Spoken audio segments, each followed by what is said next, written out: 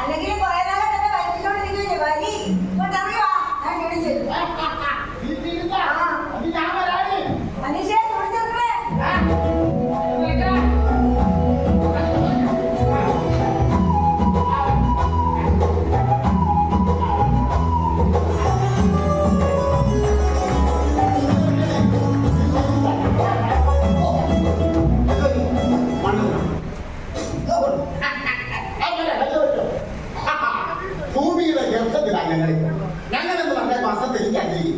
മനുഷ്യ ശരീരം മണ്ണാണെങ്കിൽ മണ്ണിലേക്ക് മടങ്ങാനുള്ളതാണെങ്കിൽ ആത്മാവിലേക്ക് കുടിച്ചു കുടിച്ചെന്ന് ജീവിതം കണ്ടെത്തലാണ് ഞങ്ങളുടെ പണി. പാലപ്പൊടി കട്ടി കിട്ടിയതുകൊണ്ട് മാത്രമല്ല എന്നുള്ള കട്ടക്ക് ഇവിടെ ഉണ്ട്. എന്റെ ഭാര്യ ചന്ദ്രിയ ഞാൻ കുടിക്കും ഇവിടെ പോയി. ഈ നാട്ടിലെന്നല്ല ഈ രാജ്യത്ത് കിണർ കുടിക്കുന്ന ഏക ദമ്പതികൾ ഞങ്ങളാണ്. ചന്ദ്രികയ്ക്ക് മസന്തയും നമ്മൾ കുടിക്കുന്ന പോലെ കിണർ ഇതുവരെ പൊട്ടക്കിണർ ആയിട്ടില്ല. ആ വിശ്വാസത്തിലല്ലേ നമ്മളെ പണിയെത്തിക്കുന്നത്. നമ്മൾ കുടിക്കുന്ന 99ാമത്തെ കിണറായിരുന്നു. ഒന്നുകൂടായ സഞ്ചരി അടിക്കാൻ ആയില്ലേ. തണുത്ത മണ്ണിൽ ഒട്ടിരിക്കാൻ പ്രത്യേക ചില നേരത്തോളം നിന്റെ സ്നേഹം കാരണം എനിക്ക് താങ്ങാൻ പറ്റില്ല. പ്രത്യേകിച്ച് 2 പങ്കടിച്ചാൽ നീ 3 വരാം. ഇനി അത് പറഞ്ഞ കാര്യത്തിൽ വിളിച്ചിരുന്നു വേണം. എനിക്കറിയില്ല എല്ലാ മനുഷ്യരും ജീവിതത്തിൽ ഉദ്യോഗസ്ഥർക്ക് വേണ്ടിയാ പണിയെടുക്കുന്നത്. നമ്മൾ കുളിച്ച് കുളിച്ച് താഴേക്ക് പോകുമല്ലോ. ചെയ്തു തീർക്കാൻ പറ്റാത്ത ജോലിയുണ്ട്. എന്നിട്ട് മിച്ചം ഒന്നുമില്ല. എന്തിനാ മിച്ചം? ആർക്ക് വേണ്ടിയാ സ്വൽക്കൂട്ടുന്നത്? വീടിന്റെ കടവ് തീർക്കണം. എന്നിട്ട് നമുക്ക് പണിയിൽ നിർത്താം. എന്താ പറഞ്ഞ നിർത്താനോ? ഈ മണ്ണിന്റെ മണം എനിക്ക് ഇഷ്ടം.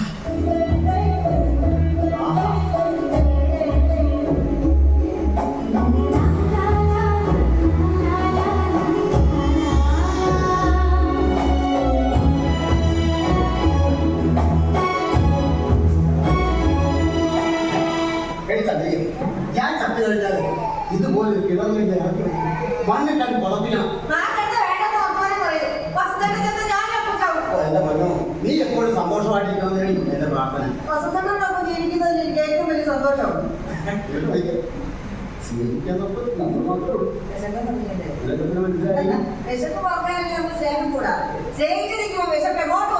അപ്പൊ വിശപ്പിനേക്കാൾ വലിയ സ്നേഹം. നമ്മുടെ സ്നേഹം പോലെ നമ്മൾ കുളിച്ച കടലുകളിലെല്ലാം മറ്റാത്ത വെള്ളമുണ്ട്. പക്ഷെ നമ്മുടെ ജീവിതം സന്തോഷിച്ചിരിക്കുമ്പോൾ എടി നമ്മളിങ്ങനെ സ്നേഹിച്ച് കൊതുകയിലൊക്കെ ഈശ്വരൻ കഴിഞ്ഞിട്ടുണ്ടാവും. അല്ലെങ്കിൽ തന്നെ ദൈവത്തിന്റെ തീരുമാനം മാറ്റിമറിക്കാൻ കിടത്തി കിടക്കുന്ന കുഞ്ഞു തലമുറകളുടെ സമുദായം നമുക്കിങ്ങനെ കിടന്നത്തിൽ കഴിക്കാനൊക്കെ കമ്പത്തൊന്ന് നൂറ്റം മാറ്റി നമുക്ക് ഈ പ്രായത്തെ ലാഭം തീർക്കാവേ. ശക്തമായി പറയണമെങ്കിൽ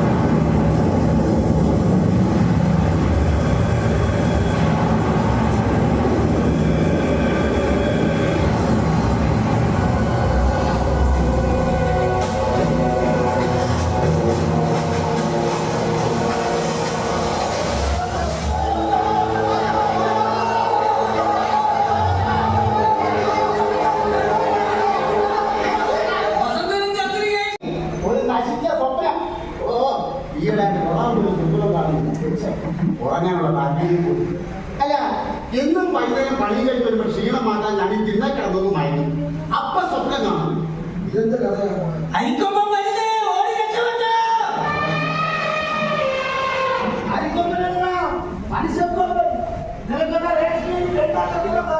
ഞാനൊരു കത്തും മുക്കും തിരിച്ചും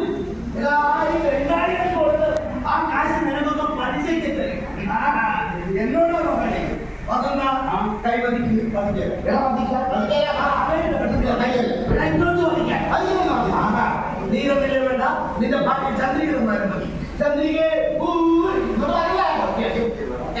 നീ വന്നിട്ടില്ല, മറ്റൊരാളെ കൊണ്ട് തെരീക്കത്തില്ല. അതെന്താ നീ നോക്കിക്കോ, ഈ നാട്ടിലെത്തിച്ചേർന്ന അന്യ സംസ്ഥാനത്തുണ്ടാകുന്നത് അതിപ്രസരം വേണ്ടിയിരിക്കാൻ നീ വെല്ലിന് ഞാനിഞ്ഞ് എടുക്കുമാണ്.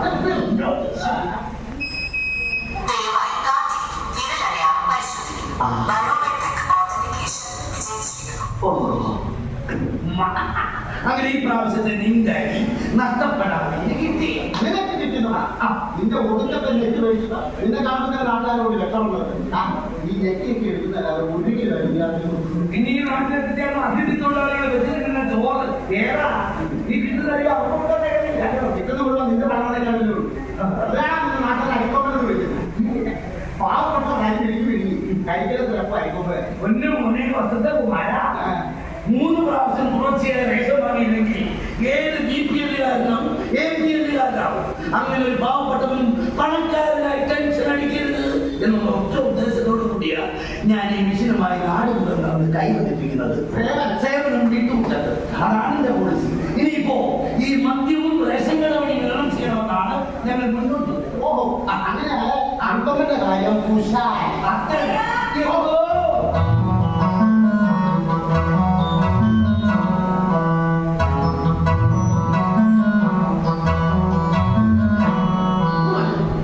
ഇതെന്റെ ഭാര്യയാണ്. എന്റെ ഭാര്യയായതുകൊണ്ട് നീ അത് നോക്കിയേ. എന്റെ ഭാര്യ ആരെങ്കിലും നോക്കി. എടാ, ഞാൻ ഇങ്ങോട്ടൊന്ന് കൈവരിക്കുന്ന മാത്രമല്ല, വളരെ പ്രധാനപ്പെട്ട കാര്യം നിന്നെ അറിയിക്കാറുണ്ട്. ഒരു കോൾ വന്നിട്ടുണ്ട്. അങ്ങനെ സംസാരിക്കുന്നു. ഇന്ന് ജനറലിലേക്ക് മുന്നിൽ വന്നിട്ടുള്ള ഒരു വലിയ കോടീശ്വരൻ അമേരിക്കയിലോ UK-ലോ ബിസിനസ് ആണ്. അദ്ദേഹത്തിന്റെ പ്രിയപ്പെട്ട മകനും നമ്മുടെ ഈ ഗ്രാമീണ അന്തരീക്ഷത്തിൽ കുറച്ചു കാലം താമസിക്കണം. ഇവിടെ താമസിക്കണം. അപ്പോഴാണ് നിങ്ങളുടെ ഈ വീട് ഒഴിഞ്ഞു കിടക്കാണല്ലോ. അടുത്ത താമസമില്ലാതെ ഇങ്ങനെ നശിപ്പിച്ച് കളയണോ? Very good. അതുകൊണ്ട് ഇന്നും ഈ വീട് വിദേശ മലയാളികളുടെ ഹോം സ്റ്റേ ഞങ്ങൾ തീരുമാനിച്ചു. വെറുതെ മാസം 3000 രൂപ വാടക. അവരിവിടെ എത്തിക്കഴിഞ്ഞ നിങ്ങൾ രണ്ടുപേരുടെ സർവ്വജനവും അവരോട് മാത്രമല്ല അമേരിക്കയിൽ കിണർ കുടിക്കാൻ നിങ്ങളെ കൊണ്ടുപോകാൻ സാധ്യതയുണ്ട് എന്ന് പറയുന്നു.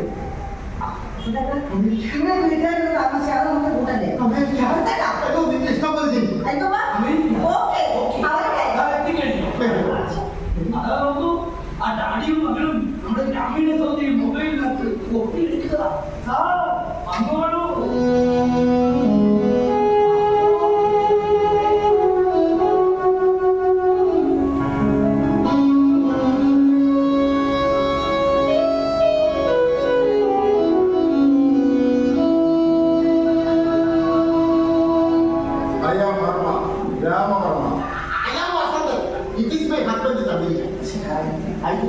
ഇതെന്റെ മകൾ ജയന്തി.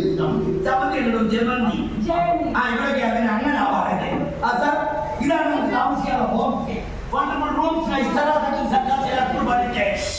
മലയാളം പറഞ്ഞാൽ ബ്രേക്ക്ഫാസ്റ്റ് കഴിഞ്ഞു. ഞങ്ങൾ UK-യിൽ നിന്ന് വന്നിട്ട് 6 മാസം കഴിഞ്ഞു. 2 മാസം വീതം 3 സ്ഥലത്ത് മാറി താമസിക്കും. വിലക്ക് പിടിച്ച ബിസിനസ് ചേർത്തത് ഇന്റർനാഷണൽ മീറ്റിംഗുകൾ, കോടികളുടെ വിനിമയങ്ങൾ, അവിടെയൊന്നും നിഷ്കളങ്കമായി ചിരിക്കുന്ന ഒരു മുഖവും എനിക്ക് കണ്ടെത്താൻ കഴിഞ്ഞില്ല. മനുഷ്യൻ മനസ്സിനോട് സങ്കടം പറയുന്ന ഇത്തരം അതാ ഞാൻ മോളെ കൊണ്ടൊരു യാത്ര പുറപ്പെട്ടത്. അവളും മനസ്സിലാക്കണമല്ലോ ഈ ഭൂമിയിലെ ജീവിതങ്ങൾ. ഞാൻ അത്ഭുതപ്പെടുകയാണ്. അത് ഞാൻ പഠിക്കുന്ന വിഷയമായി എനിക്കൊരു എക്സ്പീരിയൻസിന് വേണ്ടിയാണെന്ന് മനസ്സിലാക്കുമ്പോൾ ഞാനും ഹാപ്പിയാണ്. അതുകൊണ്ടാണ് ഞങ്ങൾ ഗ്രാമങ്ങളിൽ നിന്നും ഗ്രാമങ്ങളിലേക്ക് വരികയാണ്. 1-2 മാസം ഞാൻ മോളെ ചെക്ക് ബുക്ക് എടുക്കും. അഡ്വാൻസ് തരാൻ അയ്യോ, അഡ്വാൻസിന്റെ ആവശ്യമില്ല. നിങ്ങളെ പേടിക്കണ്ട. ഇവർക്ക് വേണ്ടാത്ത റേഷനടി ബംഗാളിക്ക് വിറ്റ് ഞാൻ ഇവർക്ക് പലിശയ്ക്ക് കൊടുത്തത് സ്നേഹമൊക്കെ വയ്ക്കുന്നത്. തുക അവരെഴുതിക്കോളൂ.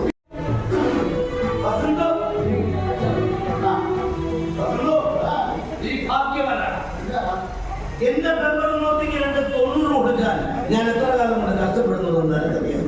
പക്ഷെ നിന്റെ ഭാര്യ അവളും ആരാണെന്നറിയാം. എല്ലാ വർഷവും ഒരു ദിവസം അവൾ അടിച്ച് പൂട്ടിക്കുകയാണ്. ബോധം മറയുന്നത് വരെ. നിങ്ങളുടെ മോള് മരിച്ച ഈ ദിവസമാണെന്ന് എനിക്ക് അറിയാം. പക്ഷേ അവൾ നമ്മുടെ അസോസിയേഷനിൽ അംഗമായിരിക്കും. ഞാൻ കുടിച്ചു തുടങ്ങിയെന്ന് പറയാം. എന്റെ അച്ഛൻ മരിച്ച ദിവസം മോനെ ഞാൻ കുടിച്ചു തുടങ്ങി. പിന്നീട് എല്ലാ ദിവസവും ഞാൻ കുടിക്കും. ഏതെങ്കിലും ഒരു ദിവസം ഞാൻ കുടിക്കാതിരുന്ന എന്റെ അച്ഛനെ ഞാൻ ഓർത്തില്ലല്ലോ എന്നുള്ള സങ്കടം എന്റെ നെഞ്ചിനകത്ത് തീ പോലെ പിന്നെ ഓപ്പിയാറും ഓസിയാറും വെള്ളം ഒഴിക്കാതെ ഓടിച്ചാ ഞാനത് കെടുക്കുന്നത്. അത്ര ഒരു മോനാണ് ഞാൻ.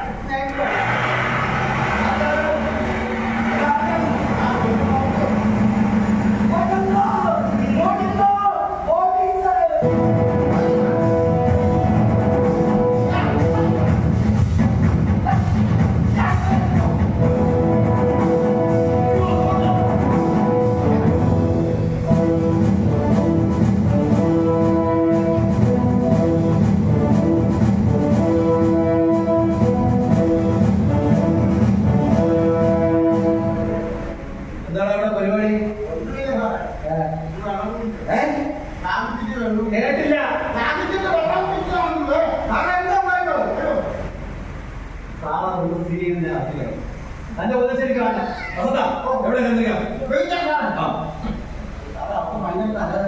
മരുന്ന് കഴിച്ചിട്ട് കിടന്നു. നിങ്ങൾ രണ്ടുപേരും കസ്റ്റ് കളിക്കാൻ ഞാൻ വന്നത്. ഇവിടെ എത്ര ദിവസമാണ് എന്റെ കിണറ്റിൽ മണ്ണിടിച്ച് വീണിട്ട്.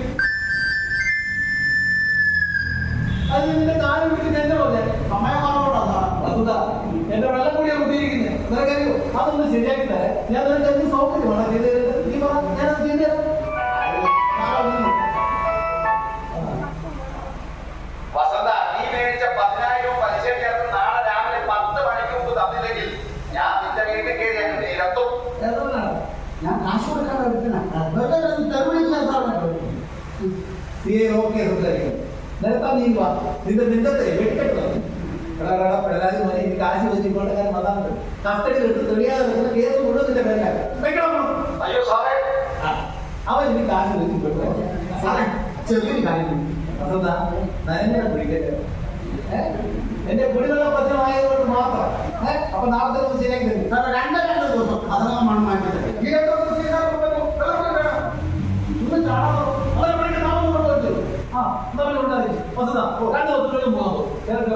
ഉറപ്പ് തന്നെ ആരുടെ കാശു അയ്യോ അതിവിടെ താമസിക്കാവുന്ന സാധനം എവിടുത്തെ വിദേശത്താണ് വലിയ കാശാരാണ്. അപ്പൊ മുൻപരിചയമില്ല. ആരായാലും സൂക്ഷിച്ചോളൂ. കള്ളന്മാരും കൊലപാതകൾക്കും പല വേഷത്തിൽ ഇറങ്ങിയിരിക്കും. എന്തെങ്കിലും ആവശ്യമുണ്ടെങ്കിൽ എന്നെ വിളിച്ചാൽ മതി.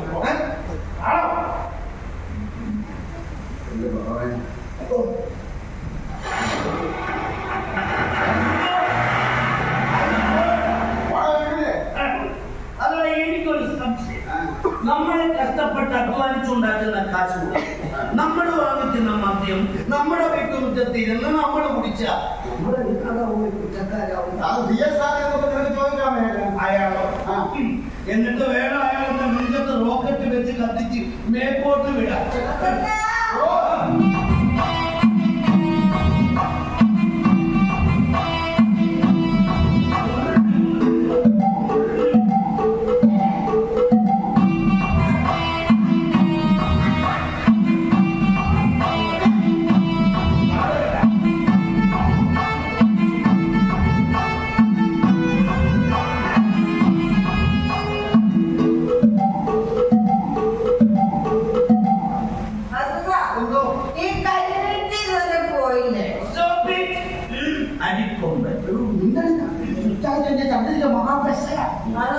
എന്തോ നാളെ വാങ്ങിച്ചേരാമത്തെ എന്നാൽ 2 ഒഴിച്ച് അടിയുടെ വിട്ട ആളെ പോട്ടാ ഓടെ കുത്തി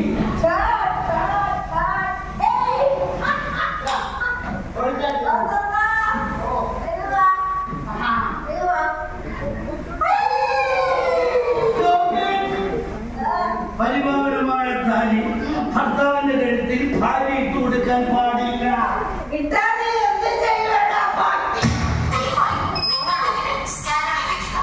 5 കിലോ പച്ചരി, 2 കിലോ ഗോതമ്പ്, 1 ലിറ്റർ മണ്ണെണ്ണ. ഭർത്താവിനെ ഭാര്യയുടെ കെട്ടി തരട്ടാണെങ്കിൽ ഭാര്യയ്ക്ക് ഭർത്താവിന്റെ അല്ലല്ലോ വസുന്ധ. അല്ലാതെ ഭാര്യയ്ക്ക് മാത്രമേ അടയാളം വേണ്ട. ഇനി മുതൽ പെണ്ണുങ്ങളെ കാലം. പെണ്ണുങ്ങളായിരിക്കും കാണുമ്പോ കെട്ടും.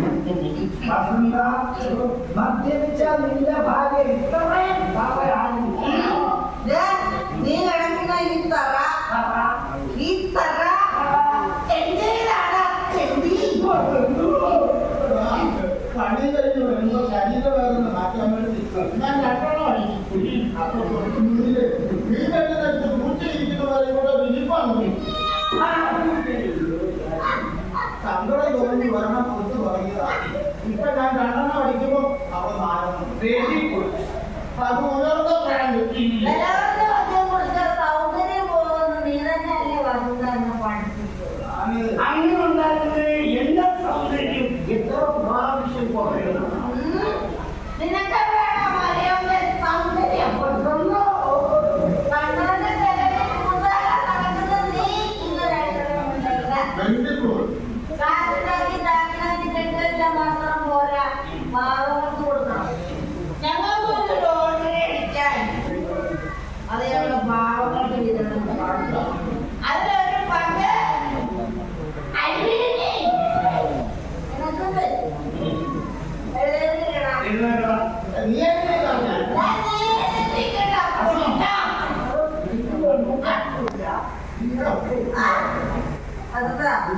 ഞാനിപ്പോ അകത്തേക്ക് പോവുകയാണ്.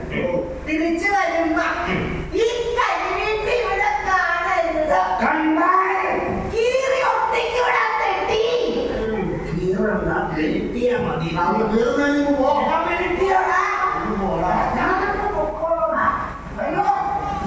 എന്റെ ദൈവമേ, നമ്മുടെ വീട്ടുകാരാണ് തിരിച്ചു ചെയ്യുന്നത്. എനിക്കൊന്നും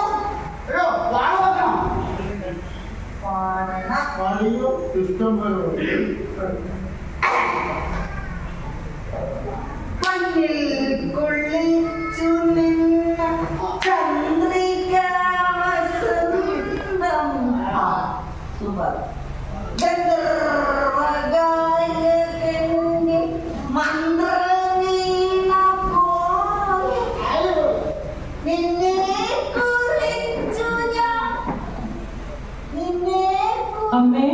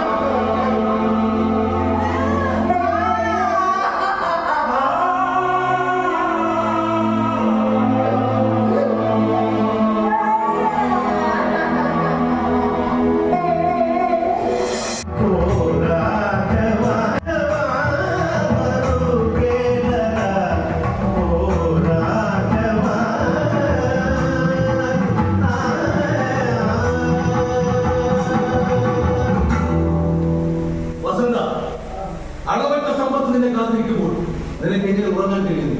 ഉണരൂ.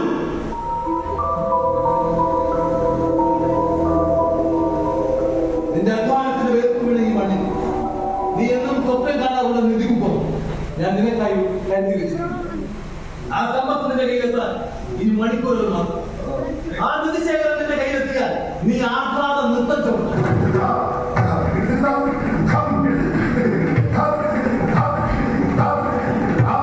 പ്രേമചന്ദ്രിക എന്നും വന്ന് നിന്റെ പൊതി. എടാ നീ തിരിച്ചറി. എല്ലാം ശരിയാക്കി തരാം.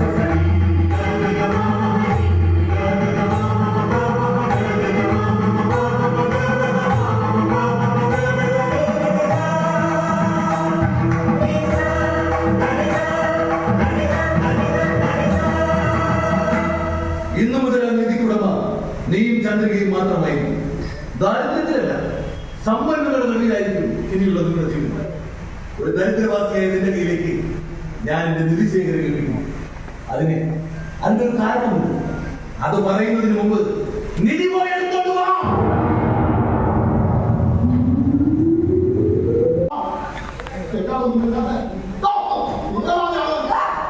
നിവൃത്തികേടുകൊണ്ട് വേഷം കെട്ടി പോയതാ. ഞങ്ങളെ വിശ്വസിക്കണം.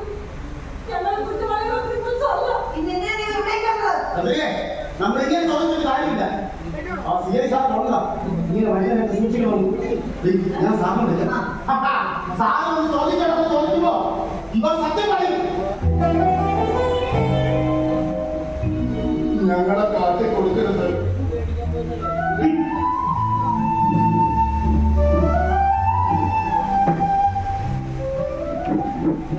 നിങ്ങളെ കാല് പിടിച്ച് അപേക്ഷിക്കുക. ഞങ്ങളെ ഉപദ്രവിക്കരുത്. അവിടെ ഞങ്ങളൊരു കുടുംബത്തിൽ വന്നവരുണ്ട്. എന്നെങ്ങനെ വിശ്വസിക്കും? താമസിക്കാൻ വേണ്ടിയാ ഞങ്ങളിങ്ങനെ ഒളിച്ച് താമസിക്കുന്നത്. എന്നെ താലി കെട്ടിയ ഭർത്താവ് കണ്ണൂരിൽ വെട്ടേറ്റ് വീഴുന്നത് കണ്ട് അവിടുന്ന് പോയത്. അവിടെ നിന്ന് എന്റെ ജീവനെ മുഴുവൻ പിടിച്ചോണ്ട് തുടങ്ങിയത് ഈ രക്ഷ.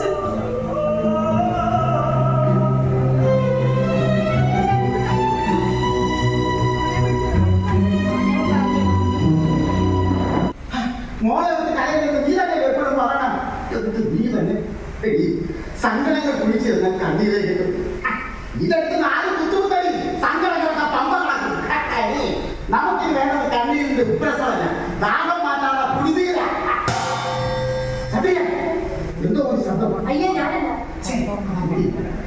എവിടെയോ പട്ടിയെ പോലെ ആ അസുഖേട്ടൻ അറിഞ്ഞോക്കെ തട്ടുമുട്ടൊക്കെ ചെയ്യുന്നുണ്ടല്ലോ. തട്ടുപോലെ ശബ്ദം കേൾക്കാം. വീടിന്റെ ചെമ്പ കളവാണ്. പിന്നെ സിനിമാ നടിമാരെ പോലെ എനിക്കൊന്നും വെച്ച് കെട്ടേണ്ട കാര്യമൊന്നുമില്ല. അങ്ങനെ വെച്ചോണ്ട് നീ ഉദ്ഘാടനം പോകുന്നുണ്ട്. ചിലപ്പോ കിണറ് ഉദ്ഘാടനം ഞാൻ വിളിച്ചാലോ. ഇപ്പൊ തന്നെ കല്യാണം പൈന് പഠിക്കുന്ന കഷ്ടപ്പെടുന്നു. ഇത് ഉദ്ഘാടനം പോലെ കിട്ടുന്ന കാഴ്ച തുണി കളിക്കാൻ പോലെ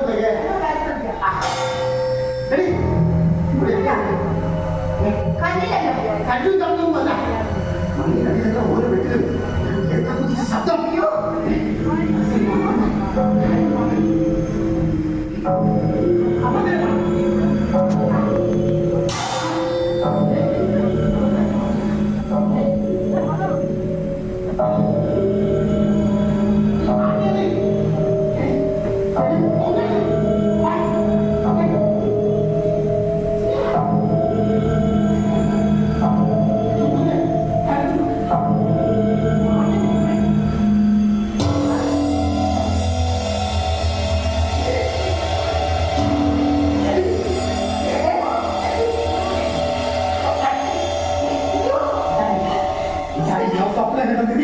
കഷ്ടപ്പാടിന് കണ്ണീരോടി നമുക്ക് വേണ്ടി കാത്തു വെച്ച സമ്പത്തെ ഇതെല്ലാം ഈ സ്ഥലത്തിന് ഉടമയ്ക്ക് അവകാശപ്പെടുന്നത്. ഇത് നമ്മുടെ അധ്വാനത്തിന്റെ ഫലമാണ്. വല്ലവരുടെ പറമ്പിലല്ലേ അധ്വാനം. നിങ്ങളെ വെച്ച് വാങ്ങിക്കാം. കുടിച്ചു ഞാനാ ഇതെന്റെ വിധിയാ. വസന്തേട്ടൻ ഇത് നമുക്ക് അവകാശപ്പെടുന്നതല്ലേ, ഇത് നമുക്ക് വേണ്ട. മാറിക്കോളും. എന്നെ വന്ന കൂട്ടി കളഞ്ഞില്ല.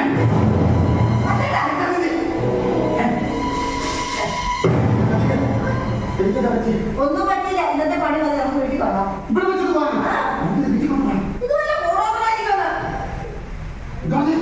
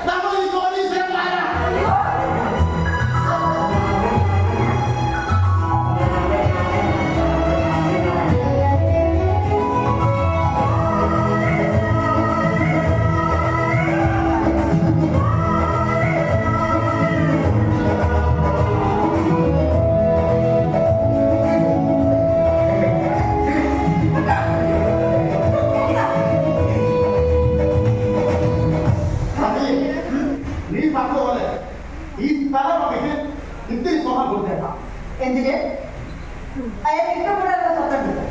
ഇതിൽ തരി സ്വപ്നം കൊടുക്കില്ല. ഈ നേരത്തെ അങ്ങനെ അല്ലല്ലോ മതി. അത് ഞാനത് കൂടുതലാണോ വിചാരിച്ചത്. പരീക്ഷ പഠിപ്പിക്കുന്നത് പറയാൻ